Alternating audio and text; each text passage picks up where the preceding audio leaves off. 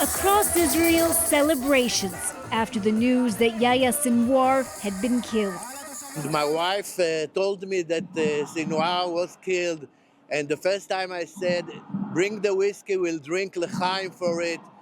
The Israeli military says this video from a drone flying in southern Gaza shows Sinwar just before his death. He appears immobile, but at one point throws something to try and knock down the drone.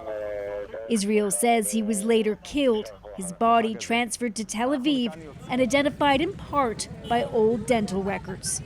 Today, the mastermind of this day of sheer evil is no more. Sinwar was the architect of the October 7th massacre, part of it captured by militants in this video as they murdered around 1,200 people and took about 250 hostage. And now their families fear what could come next.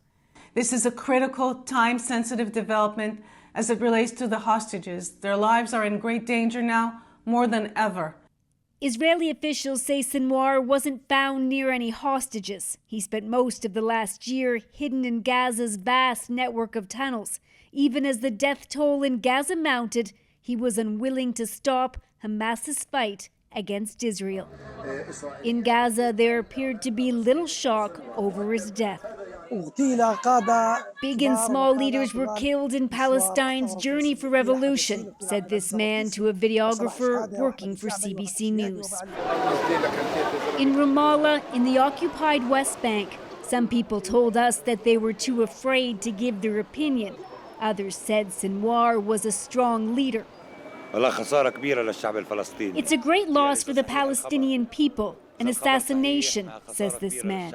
I saw my friend's mom. She was crying because what happened. So it's really a bad thing and everyone will get emotional first. Just what happens next is far from clear. This war can end tomorrow. It can end if Hamas lays down its arms and returns our hostages. If not, Israel's prime minister says it will continue full force. But Washington sees Sinwar's death as an opening. We believe it is an opportunity to try and bring an end to this war, and we're determined to try and seize that opportunity. But there has been optimism before about deals that never came together, and an end to the war that has killed tens of thousands.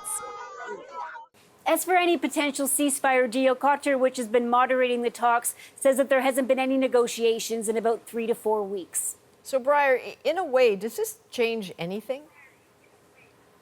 Well, I think there is a lot of uncertainty. I mean, Sinwar was an obstacle. He was against the ceasefire deal, but he was a known quantity. He was in charge, and it was his decision to make. Now with him gone, it's not really clear who mediators would be negotiating with and whether that person would have full control over the militants that are still left on the ground. All right, Breyer Stewart in Jerusalem tonight. Thanks, Breyer.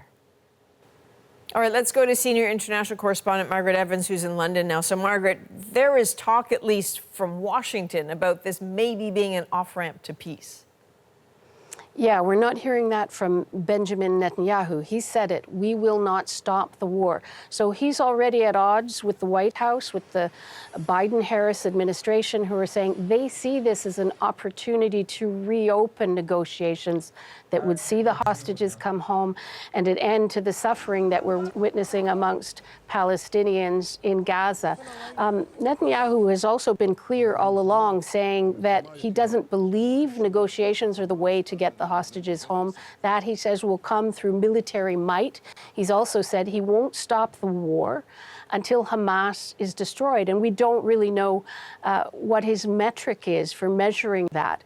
The other unknown, of course, is what is Israel's plan for the day after for Gaza? Is it going to be a military occupation? And, you know, within Netanyahu's own cabinet, there's pressure from hard-line nationalists who would like to see Gaza resettled by Israel. And Margaret, tonight, obviously, there's also a lot of anxiety about the fate of those remaining hostages in Gaza. Yeah, they're really in potentially a very perilous situation. The Hamas command and communications are going to have been disrupted by this. There are different groups likely holding them. There is a potential for panic, and we're seeing Israeli politicians calling for the government to make it clear that there is safe passage, potentially reward money for anyone delivering hostages to safety. If there is a chance for a negotiation with a good outcome potentially, it's going to rely on Sinwar's replacement being much more willing to compromise than he apparently was. All right, Margaret Evans in London. Thanks, Margaret.